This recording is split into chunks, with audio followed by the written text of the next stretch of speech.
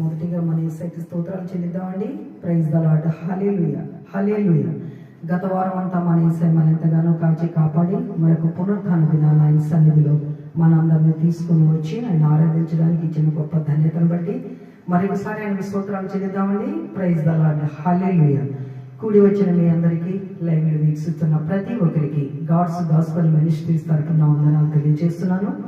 మరి ఇప్పుడు కార్యక్రమాన్ని ప్రారంభించుకోవటానికి ముందుగా ప్రార్థనతో ప్రారంభించుకుందామండి. మమ్మల్ని మిక్కిలిగా ప్రేమించిన మా ప్రియ పరలోకపు తండ్రి, మీ పాదాలకు స్తోత్రాలయ్యా. గత వారం అంతా నాయన మీ యొక్క కృపను బట్టి, ప్రేమను బట్టి నాయన మమ్మల్ని ఎంతగానో ప్రేమించి సజీవులుగా ఉంచి మీ సన్నిధికి మమ్మల్ని తీసుకొని వచ్చారయ్యా. మిమ్మల్ని ఆరాధించడానికి ఇచ్చిన గొప్ప ధన్యతను బట్టి మీకు స్తోత్రాలు చెల్లిస్తున్నామయ్యా. పాటల యందు, స్తుతి ఆరాధన యందు చెప్పబడే వాక్యంతో మీరు మహిమ పొంది మాకు ఆశీర్వాదకరంగా మార్చమని యేసు నామమున అడిగి వేడుకొంచున్నాము తండ్రి, ఆమేన్.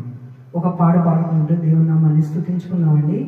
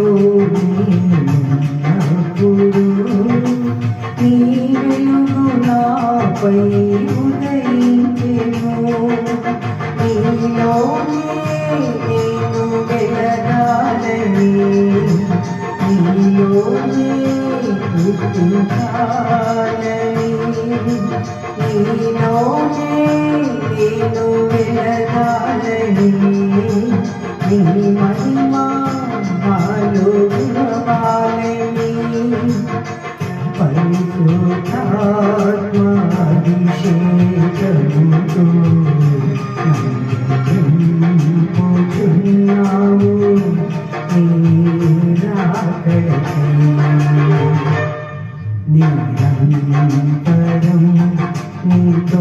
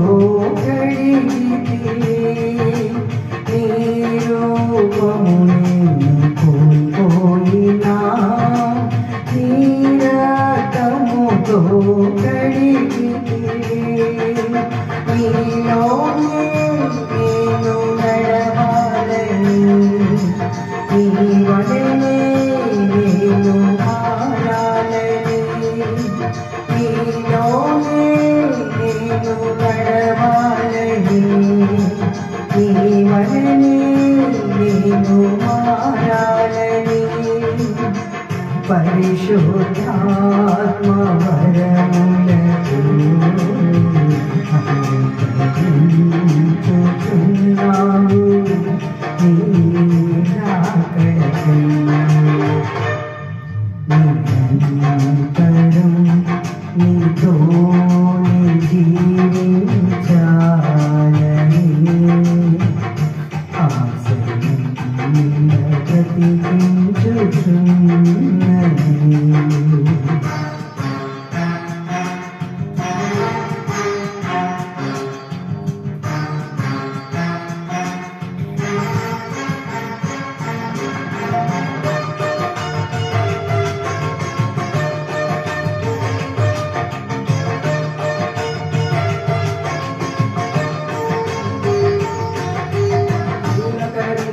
వర్షపు ధనులలో నీ పొలములో నీ నాటితివి తొలకరి వర్షపు ధనులలో నీ పొలములో నీ నాటితివి నీలోనే చిగురించాలని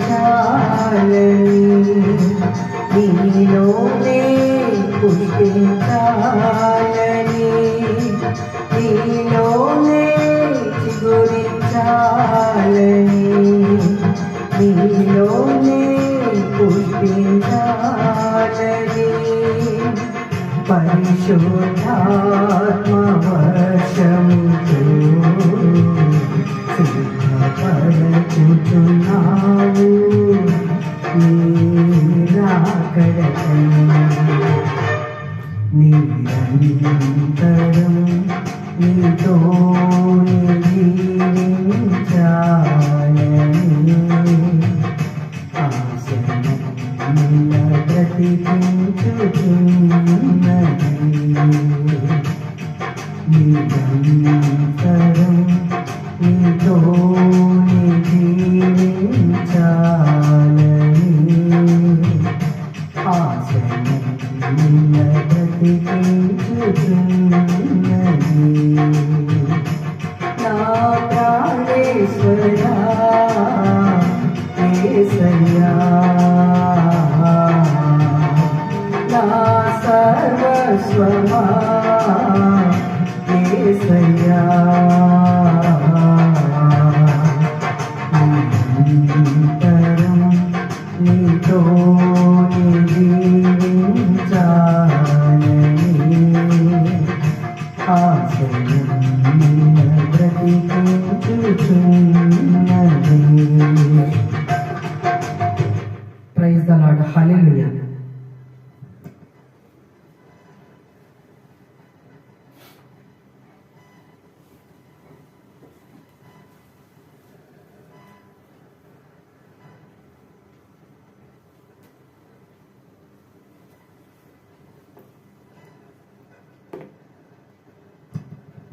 హల్లెలూయా.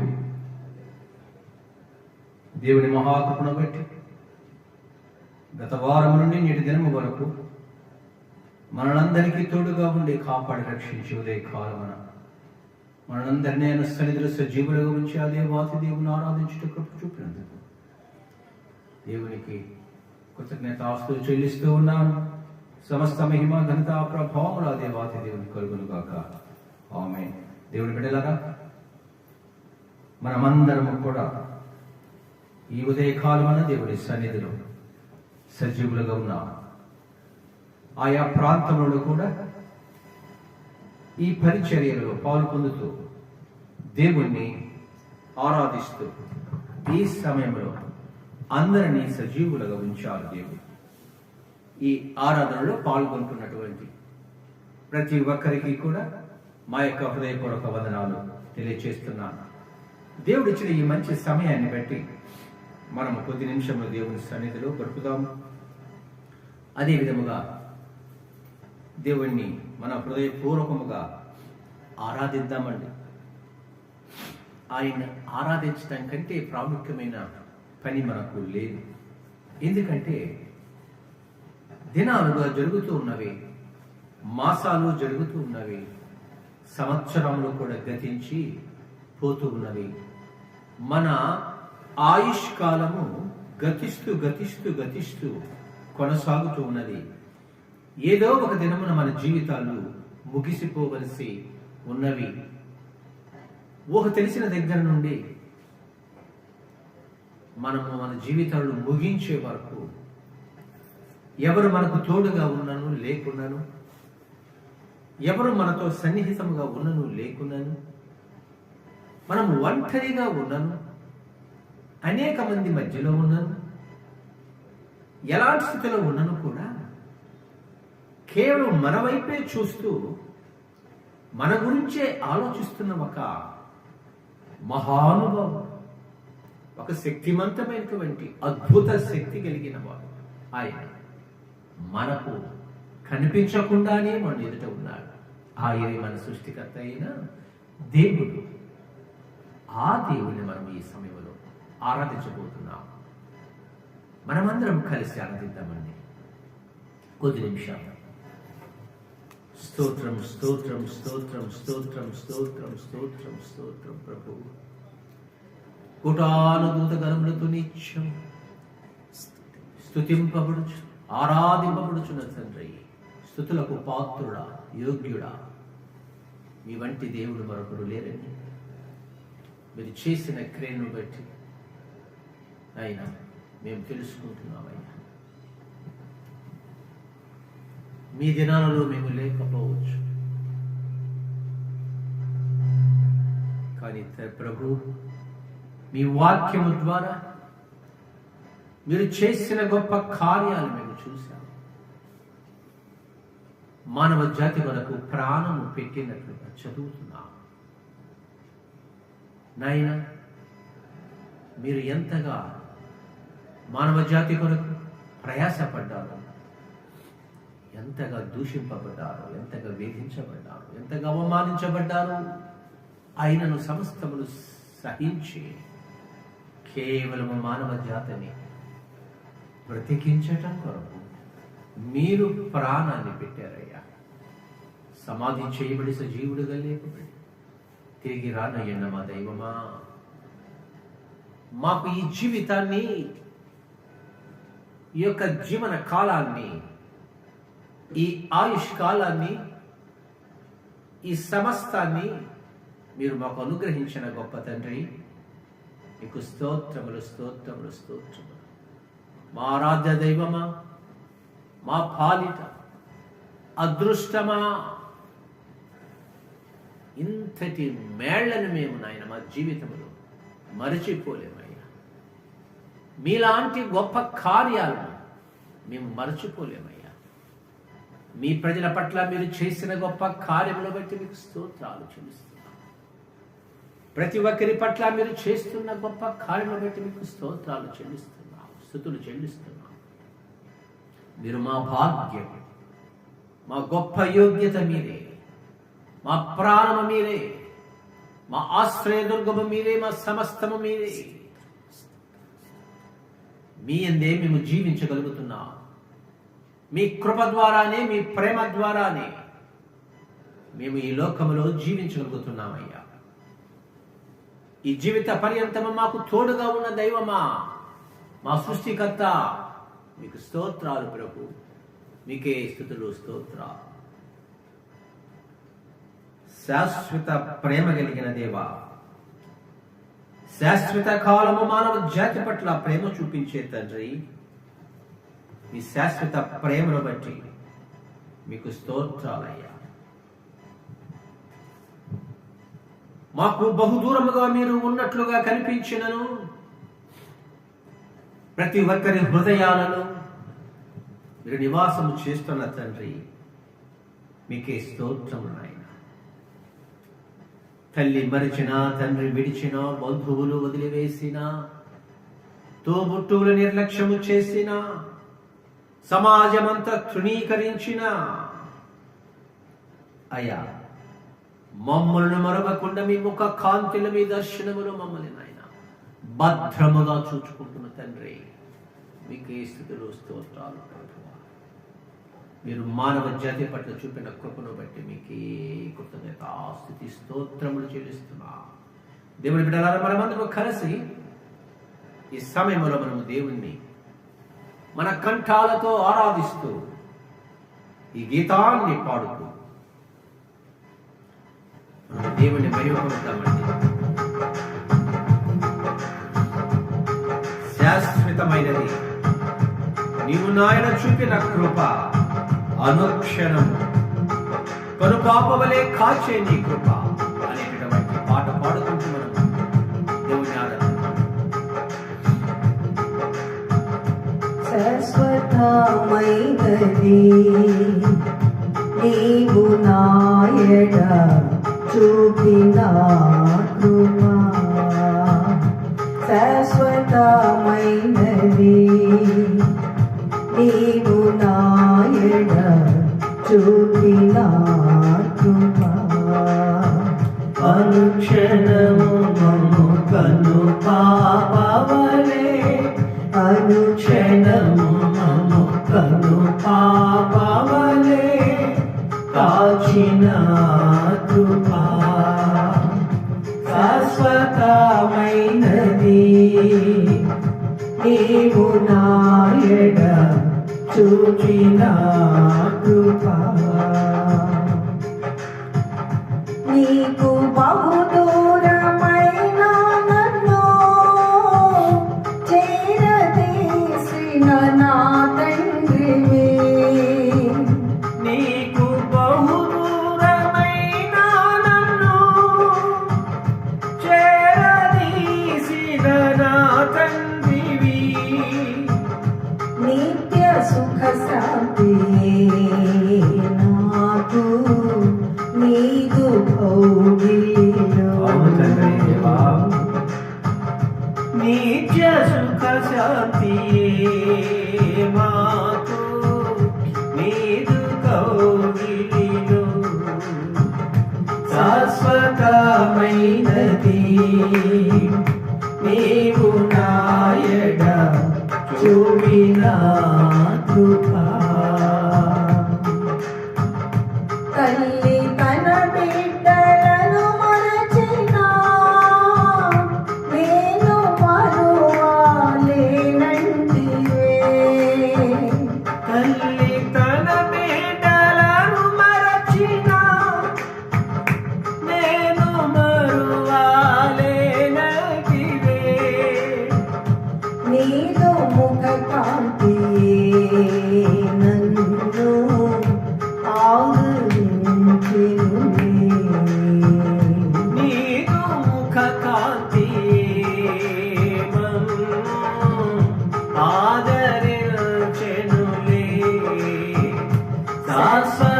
శాశ్వతమైనది నీవు నాయన చూపిన కృపా. పర్వతములు తొలగినను మెట్టలు తారిల్లినా, పర్వతములు తొలగినను మెట్టలు తారిల్లినా, నా కృపా నిన్ను వీడదని అభయమిచ్చితివే, నాకు పామిము వీడదాని అభయమిచ్చితివే, శాశ్వతమైనది నీవు నాయన చూపిన కృపా, శాశ్వతమైనది నీవు నాయన చూపిన కృపా. అనుక్షణం నన్ను కను పాపవలే, అనుక్షణం నన్ను కను పాపవలే కాచిన కృపా శాశ్వతమైనది నీవు నాయడ చూపిన కృపా. మానవ జాతి పట్ల శాశ్వతమైన కృపను చూపించిన మా దేవ మీకే స్తోత్రాలు నాయన. కొద్ది సమయం మేమందరం కలిసి మిమ్మల్ని ఆరాధించుటకు చూపిన తండ్రి మీకు స్తోత్రాలు. ఈ సమయంలో మీ వాక్యాన్ని ధ్యానం చేయబోతున్నాం. అల్పుడున్న యోగుడిని మరుగు చేయండి. నాతోను వింటున్న మీ బిడ్డలందరితోనూ మీ శ్రేష్టమైన జీవపు మాటలను మాట్లాడి మీ వాక్యానుసారముగా మా జీవితాలను భద్రపరుచుకుంటూ మీ మార్గంలో నడిపించులాగా మాకు సహాయం చేసి నడిపించమని సమస్త మహిమ ఘనత ప్రభావాలు మీకే చెల్లిస్తూ మా ప్రభువును లోకరక్షకుడైన యేసు క్రీస్తు నామములో ప్రార్థించడి వేడుకొనుచున్నాము తండ్రి, ఆమేన్. దేవుని బిడ్డలారా, కొద్ది నిమిషంలో మనము దేవుని వాక్యాన్ని ధ్యానం చేద్దామండి. ఇప్పటి వరకు చక్కగా మనమందరము కలిసి మన కంఠాలతో ఆనందముగా దేవుణ్ణి ఆరాధించాం. ఈ సమయంలో మనం కొద్ది నిమిషములు దేవుని వాక్యాన్ని మనము ధ్యానం చేయబోతున్నాం. మీ వద్ద ఉన్న పరిశుద్ధ గ్రంథాలు తెరవండి. చదువుతున్నప్పుడు మీరు చదవండి. ఆ మాటలు గ్రహించటానికి, అర్థం చేసుకోవటానికి ప్రయత్నం చేయండి. నేటి మన పాఠము ఉగ్రత, వ్రాత్. ఎవరి ఉగ్రత? దేవుని నుండి వచ్చే ఉగ్రత. ఎలా ఉంటుందో దేవుడు పూర్వకాలములో చూపించారు. మనకు దృష్టాంతములుగా ఉండటానికి, మనము జాగ్రత్త పడటానికి, మనల్ని మనము జాగ్రత్త చేసుకుంటూ భయభక్తులతో దేవుని ఎదుట జీవించాలని ఒక ఎగ్జాంపుల్స్ పూర్వ దినాలలో దేవుడు చూపించాడు ఆనాటి ప్రజలకు. అదే చరిత్రగా ఆయన రాయించినటువంటి మాటలను మనం నేటికి చదువుతున్నాము. యుగాంతము వరకు కూడా చదువుకుంటూనే ఉంటాం. తప్పించుకోవాలి ఇప్పుడు వచ్చేటువంటి ఆ భయంకరమైన ఉగ్రత నుండి. ఒకప్పుడు వచ్చిన ఉగ్రతను తప్పించుకోలేక సర్వము నాశనమైపోయిన పరిస్థితులు.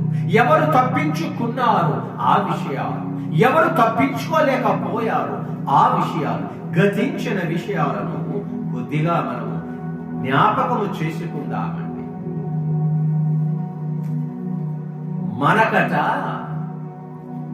మనకు ప్రస్తుతము జీవిస్తున్న ఈ మానవ జాతికి, భూమిపై నివసిస్తున్న సర్వ మానవాళికి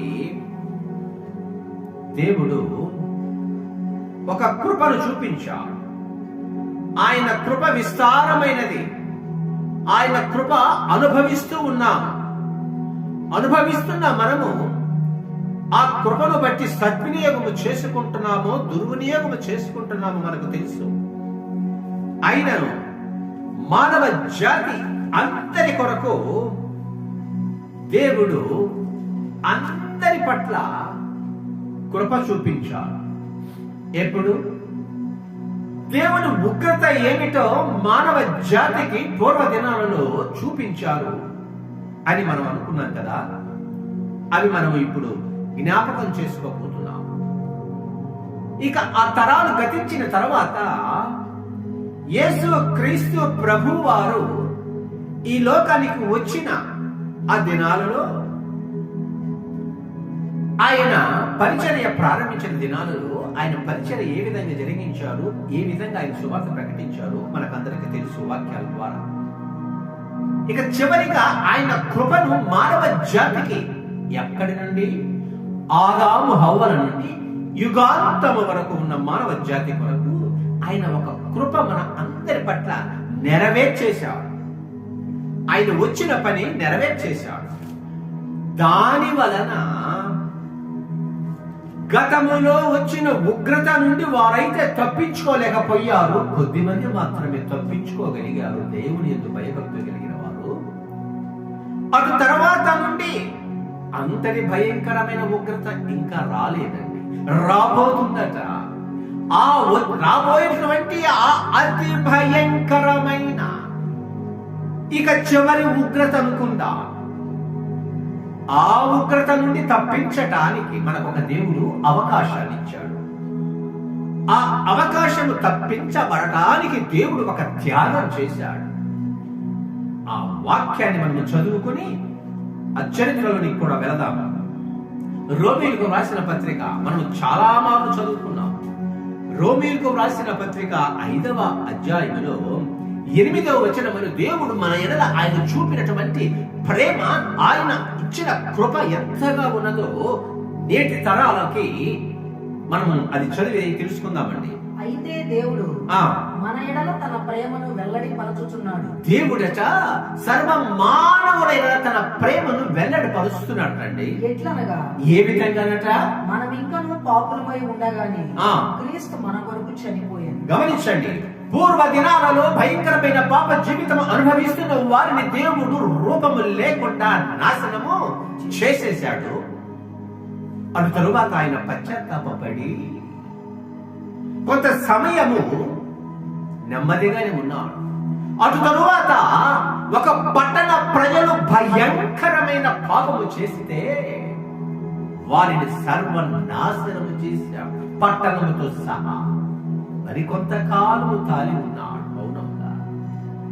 ఇక ఈ విధముగా సర్వ మానవ జాతి వారి వారి ఇష్టానుసారముగా చేస్తూ దేవుని మరచిపోయి భయంకరమైన పాప జీవితం అనుభవిస్తూ ఉంటే ఇక ఒక భయంకరమైన ఉగ్రత భవిష్యత్తులో రాబోతున్నది. దాన్ని జ్ఞాపకం చేస్తూ ఆ ఉగ్రత నుండి తప్పించుకోవటానికి దేవుడే తన ప్రాణాన్ని ఇప్పుడు త్యాగం చేశాడు. ఎలాగట, ఎట్లనగా మనం ఇంకను పాపులమై ఉండగానే క్రీస్తు మన కొరకు చనిపోయాడు, ఒక త్యాగము చేశాడు. విశ్వములో ఎవరు చేయలేని ఒక మహా గొప్ప త్యాగము, ప్రాణ త్యాగము మానవ జాతికి చేసేశారు. ఎందుకట, పాప జీవితం అనుభవిస్తున్న మానవ జాతిని రాబోయే ఉగ్రత నుండి తప్పించటానికి. గమనించండి, ఆ క్రింద భాగము చదివితే, కాబట్టి ఆయన రక్తము వలన ఇప్పుడు ఆయన శిలువలో కార్చిన పవిత్రమైన పరిశుద్ధమైన రక్తము వలన ఇప్పుడు మన జీవితానికి ఎలా ఉంటుందట, మనకు ఎలా ఉంటుందట, నీతిమంతులుగా తీర్చబడ్డాడు. మనము నిజానికి ఎవరము, ఇంకను పాపము చేస్తూనే ఉన్నవారం, నీతి లేని వారం, అపవిత్రులం, దుష్టులం, చెడిపోయిన వారం, ఉగ్రతకు పాత్రులం, నశించిపోవటానికి శిక్షకు అర్హులము. అయిన దేవుడు చూపిన మన ఎడల ప్రేమ ఏమిటి, తన ప్రాణాన్ని ఆయనే బలి చేశారండి శిలువ మీద.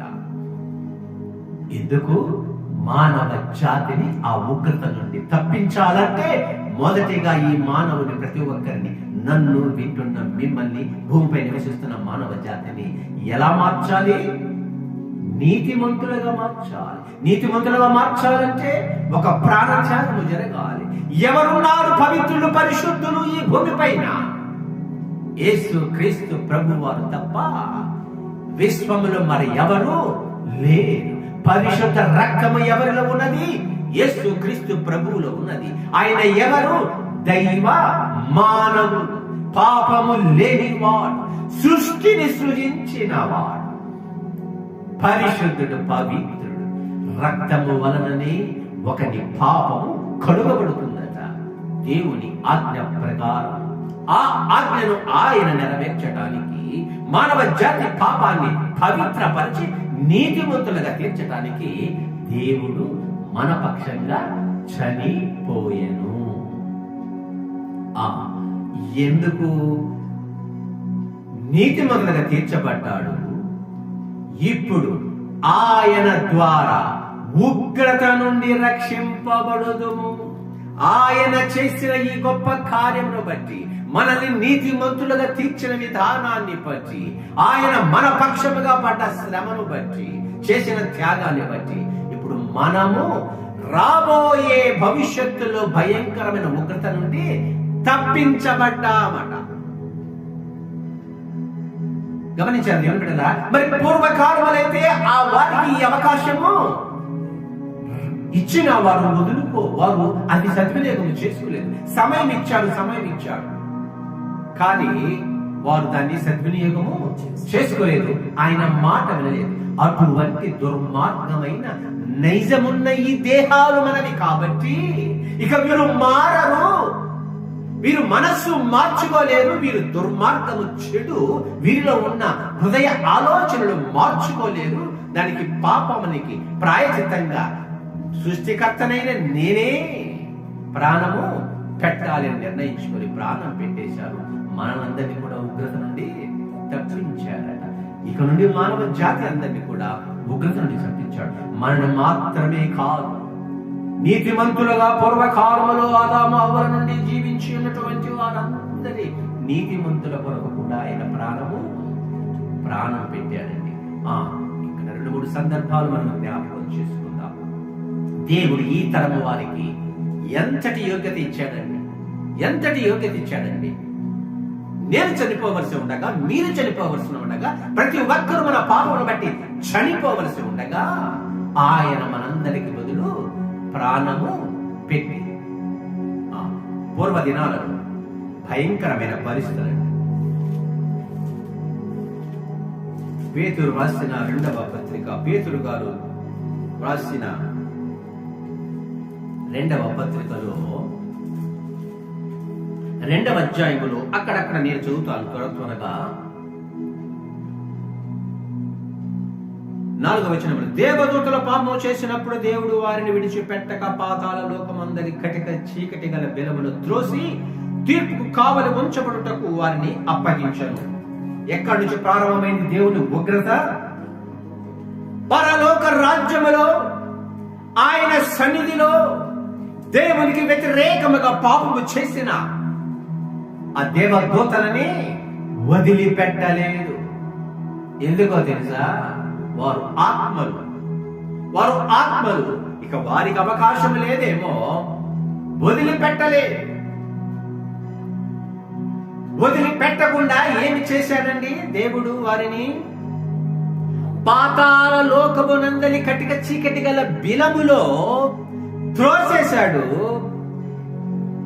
అక్కడ ఉంచాడు. ఎప్పటి వరకు? ఒక తీర్పు రాబోతున్నది. ఉగ్రత దినము వచ్చిన తరువాత తీర్పు ప్రారంభమవుతుంది. ఆ తీర్పులో వారికి శిక్ష విధించబోతున్నాడు. కాబట్టి అక్కడ పాతాళ బిలములు కటిక చీకటిలో వారిని కావలిలో ఉంచాడట. ఇక ఎక్కడికి వారు తప్పించుకోలేదు, శిక్షకు సిద్ధంగా ఉన్నారు. ఉదాహరణకి జైల్లో ఉంచిన మరణ శిక్ష విధింపబడిన వారు ఇక ఎక్కడికి వారు తప్పించుకోలేరు, అక్కడే ఉండాలి. ఎప్పటి వరకు? మరణ శిక్ష విధించే వరకు. అలాగే దేవదూతలు దేవుని ఎదుట పాపము చేసిన వాళ్ళు ఉన్నారు. ఇక నరులు పాపము చేశారండి. నరులు కూడా ఇష్టానుసారంగా పాపము చేశారు. ఎలా పాపము చేశారంటే, మరి పాపాన్ని 2-3 వాక్యాల్లో మనము చూసినట్లయితే ఎంత భయంకరంగా ఉంటుందో వారి పాపం. అదే పాపం. గమనించాలి, ఈ మాట వినాలి. పూర్వ దినాలలో భయంకరమైనటువంటి పాపము చేసిన ప్రజలు ఎవరిని ఉంచకుండా తుడిచి పారేశాడు దేవుడు. అదే పాపము చేయుచున్న ప్రజలు ఇప్పటి నేడు భూమి పైన ఉన్నారు, అదే చేస్తున్నారు. గమనించండి దేవుని బిడ్డలారా, ఎలాగ ఉన్నారంట వాళ్ళు. రోమీయులకు రాసిన పత్రికలో చదువుతున్నాను నేను, అక్కడక్కడ చదువుతాను. 1వ అధ్యాయంలో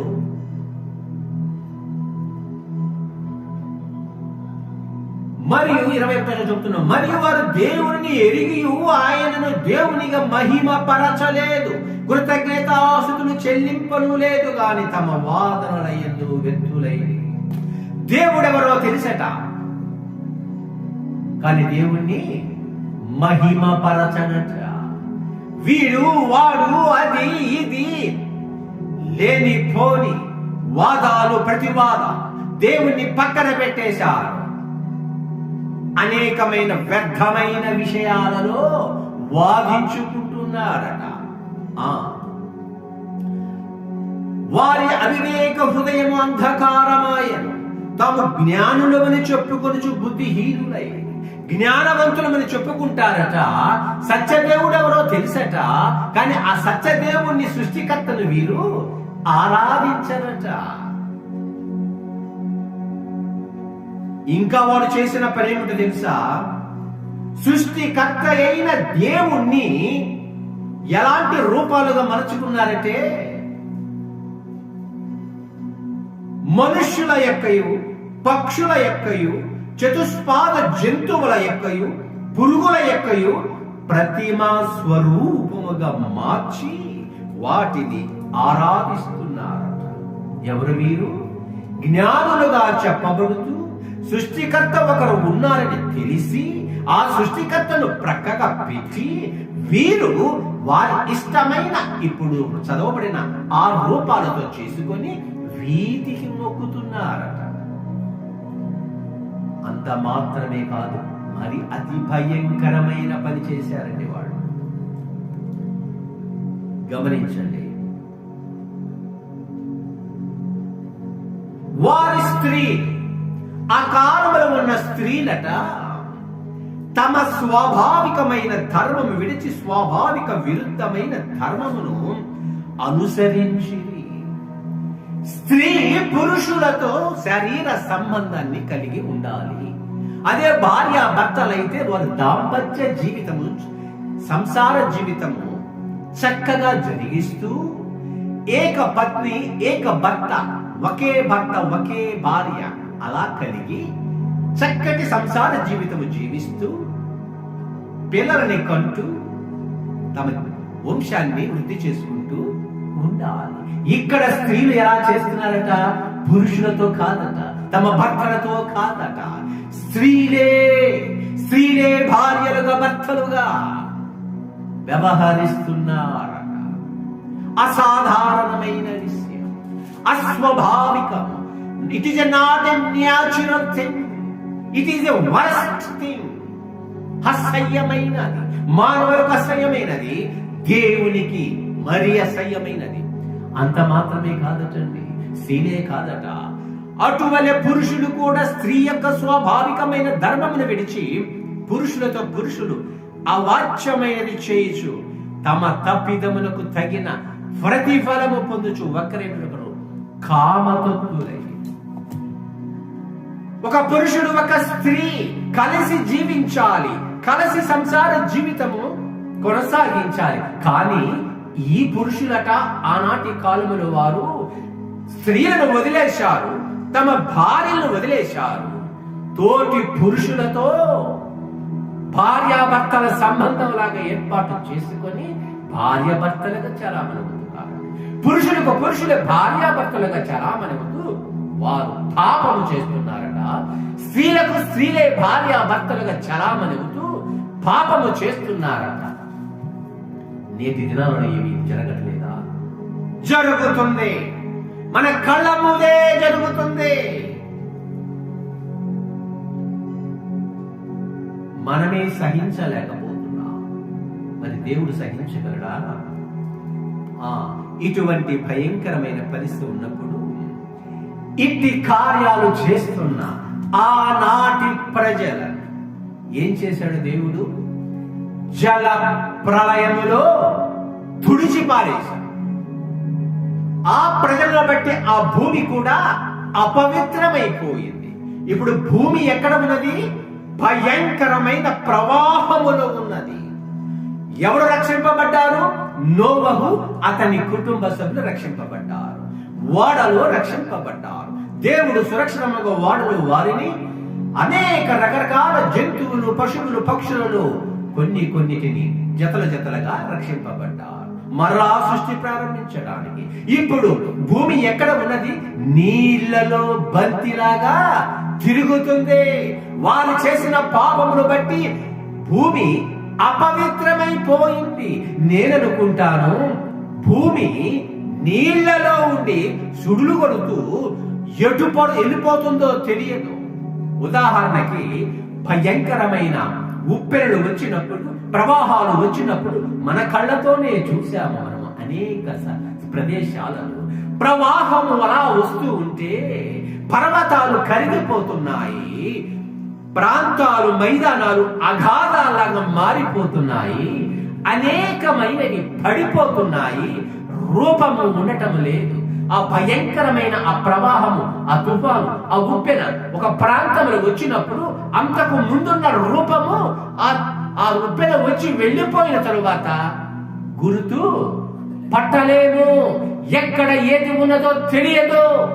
మరి ఎంత చిన్న ప్రవాహానికి ఇలా భూమి బద్దలైపోయి వాటి రూపము మార్చివేసుకుంటే, భూమిలో నీరు ఉంది, భూమి చుట్టూ నీరు ఉంది, ఆకాశంలో నీరు కురుస్తుంది. గమనించారు, ఇక్కడ పతాళము నుండి నీరు ఉడుకుతుంది, భూమిలో నీరుంది, భూమి చుట్టూ నీరుంది, ఆకాశం నుండి వర్షం కురుస్తుంది. భూమి ఎక్కడ ఉంది? Nobody knows it, only God knows it. నోహు కూడా, ఆయన కుటుంబ సభ్యులకు కూడా తెలియదు ఎక్కడున్నామని మాత్రం తెలుసు. సురక్షితముగా ఓడలో ఉన్నా, ఓడ మాత్రమే నీటి పైన ఉన్నదని గ్రహించగలుగుతున్నారు. కానీ భూమి ఎక్కడ ఉన్నదో వారికి తెలియదు. భూమిలాగే ఉన్నదా? బద్దలైపోయిందా? ముక్కలైపోయిందా? పర్వతాలు ఎటు వెళ్ళిపోయాయో, అప్పటి వరకు ఉన్న ప్రదేశ భూభాగాలు ఎటు పోయినాయో, ఎటు ముక్కలైపోయి చల్లా చెదురైపోయినాయో అని అనుకోవచ్చుగా. ఉదాహరణకు మన కళ్ళతో ఇప్పుడు చూస్తున్నాంగా, ప్రవాహాలు వచ్చి కొట్టుకోపోతే అక్కడ అది లేవుగా, మరొక రూపం వచ్చేసింది కాబట్టి. ఊహించండి దేవుడి ద్వారా, ఎందుకు? మానవుడు చేసిన భయంకరమైన పాపాన్ని బట్టి భూమికి శపించబడి వారు తుడిచివేయబడ్డారు. వారు భూమిలో, పాతాళములో ఎక్కడ కలిసిపోయారో ఎవరికి తెలియదు. ఎందుకంటే భూమిపై ఉన్న రూపం ఇక లేదు.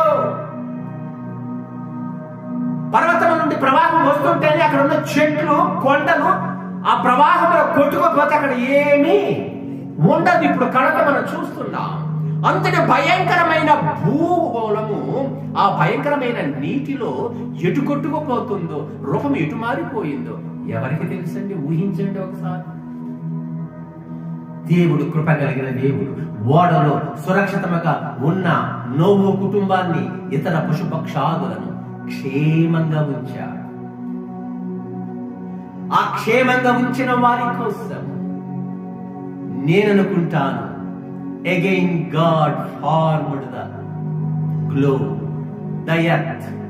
ఎందుకంటే దేవుడు మరలా భూమిలాగా ఒక కొత్త రూపము ఇచ్చేశాడు. పాతవి గతించిపోయిందండి, వాటి రూపం లేదు. ఇప్పుడు ఆ రూపం ఎవరికి తెలుస్తుంది? నోహు కుటుంబానికి, ఆ పశుపక్షాదుల జంతువులకు మాత్రమే అప్పుడు తెలిసి ఉంటుంది.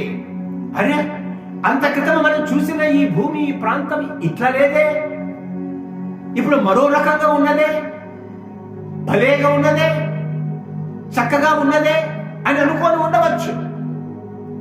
అవే పర్వతాలు ఉన్నాయి, కానీ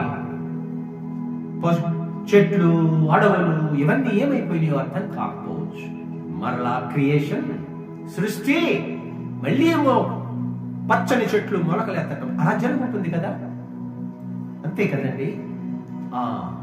ఇప్పుడు భయంకరమైన పరిస్థితిలో ఉన్న మానవుడు తుడిచివేయబడ్డాడు కదా.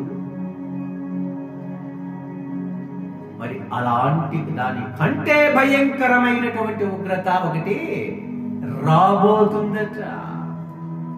సొదొమ గొమొర్రా ప్రజలు పాపము చేస్తే దేవుడు అక్కడ నుండి నీతిమంతుడైన లోతును, అతని భార్య, అతని 2 కుమారులు మాత్రమే కాపాడి ఆ ప్రాంతాల్లో ఉన్నటువంటి భయంకరమైన పాపము చేసే వారందరినీ సర్వ నాశనం చేశాడు.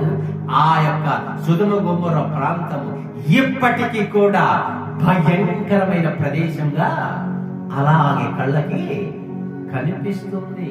రాబోయే ఉగ్రత నుండి నేను తప్పించడానికి దేవుడు తన ప్రాణాన్ని పెట్టాడండి. మరి ఆ ఉగ్రత నుండి నువ్వు తప్పించుకోగలగాలి అంటే ఇప్పుడు నువ్వు ఎక్కడికి, ఎవరి దగ్గరికి రావాలి?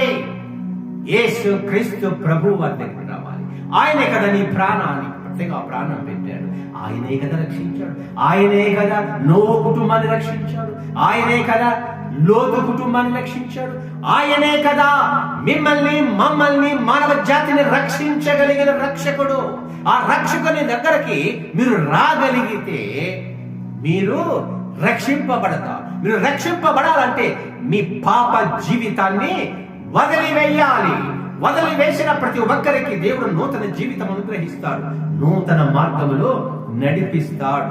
ఒకవేళ ఆ విధముగా మీరు వదిలివేయకపోతే ప్రకటన గ్రంథములు ఎవని పేరయ్యే 15వ వచనం, ఎవని పేరైన జీవ గ్రంథములో వ్రాయబడినట్లు కనబడలేని వాడు అగ్నిగుండములో పడవేయబడను. ఏ అగ్నిగుండము? పాపము చేసిన దేవదూతల కొరకు అగ్నిగుండము ఒకటి సిద్ధపరిచారే, వారి కొరకు అగ్నిగుండము సిద్ధపరిచారు, మానవుల కొరకు కాదు. ఒకవేళ నీవు దేవదూతల్లాగా పాపము చేస్తే, దేవుని మాటను నిర్లక్ష్యం చేస్తే, ఇంకా పాపము చేస్తూనే ఉంటే, దేవుడు అనుగ్రహించిన ఈ సమయాన్ని ఇంకా వ్యర్థం చేసుకుంటే నువ్వు చనిపోతావు. నీ ఆత్మ కూడా ఇప్పుడు ఎక్కడికి వెళ్ళిపోతుంది? అగ్ని గుండములో పడవేయబడతారట. గమనించండి దేవుని బిడ్డలారా, 20వ అధ్యాయం ప్రకటన 15వ వచనంలో ఈ మాటలు చదివానండి. ఎవరట? కొన్ని చెప్తున్నారు ఇక్కడ. ఎవరెవరు అగ్నిగుండములు పడవేయబడతారట? కొన్ని చెప్తున్నారు. దేవుని దగ్గరికి రావటానికి భయపడతారు చాలా మంది. సృష్టికర్త దగ్గరికి రావటానికి భయపడతారు. నా వాళ్ళు ఏమంటారో, నా సమాజం ఏమంటుందో, నా కులము ఏమంటుందో, నా కుల పెద్దలు ఏమంటారో, నా దేశ ప్రజలు ఏమంటారో అని పిరిగితనంగా భయపడిపోతారు. సత్యదేవుడు అంటే ఎవరో తెలుసు, ఆయన చేసే గొప్ప కార్యాలు తెలుసు, అనుభవిస్తున్నాము. కానీ ఎవరికి కనపడకుండా భయంగా ఉంటారు. దేవుని ఎదుట ఒప్పుకోరు. దేవుడు నాకు ఈ మేలు చేశారని వారు బయటికి రారు. ఎందుకంటే సమాజం తన సమాజానికి భయపడిపోయి పిరికితనంగా ఉంటారట. గమనించండి ఇక్కడ 21వ అధ్యాయం 21వ అధ్యాయంలో 8వ వచనం చదువుతున్నాను. దేవుని ఎవరంటే అగ్నిగుండంలో పడేది? పిరికివారు. ఇప్పుడు అనుకున్నామే, దేవుడు తెలిసి కూడా దేవుని నామాన్ని మహిమపరచకుండా సమాజానికి భయపడి బయటికి రానివారు, నిజ దేవుడిని చెప్పుకోకుండా భయపడే పిరికివారు, అవిశ్వాసులు, దేవుడు అంటే విశ్వాసమే లేనివారు, ఆయనకి అసహ్యంగా ఉండేవారట. ఎవరట? నరహత్యలు చేసేవారు, వ్యభిచారము చేసేవారు, అక్రమ సంబంధాలతో తమ జీవితాలు నాశనం చేసుకొని ఇతరుల జీవితాలు నాశనం చేసే వ్యభిచారు, మాంత్రికులట, తంత్రాలు మంత్రాలు మాయలు చేస్తున్నాము అని సమాజాన్ని మోసం చేస్తూ ఉండే వాళ్ళట. విగ్రహార్పకులట. మొదట్లో వాక్యం చదువుకున్నాం. సృష్టికర్తను మరచి సృష్టాన్ని పూజించి వారి ఇష్టమైన రూపాలను ధరించి వాటిని చేసుకుని వారి కళ్ళ ఎదుట పెట్టుకొని వారిని ఆరాధించేవారట. అబద్ధికులందరూ లేచిన దగ్గర నుండి చీకటి పడే వరకు ఇష్టానుసారముగా ప్రతి దానికి అబద్ధాలు చెబుతూ తమ జీవితాలను చివరి వరకు కొనసాగిస్తూ ఉంటారే, అటువంటి అబద్ధికులట. సత్య దేవుడు ఎవరో తెలుసట, కానీ ఈ సత్య దేవుడిని వీటిని ఒప్పుకోకుండా సృష్టినే దేవుడని అబద్ధము చెప్పుకునే అబద్ధికులు వీరందరట అగ్ని గంధకములలో మండు గుండములో పాలు పొందుతురు. ఇది 2వ మరణం. ఈ ఉగ్రత నుండి తప్పించుకోవాలంటే దేవుడు చెప్పిన మాటలు వినాలి, దేవుడు చెప్పిన ఆజ్ఞలను శిరసావహించాలి.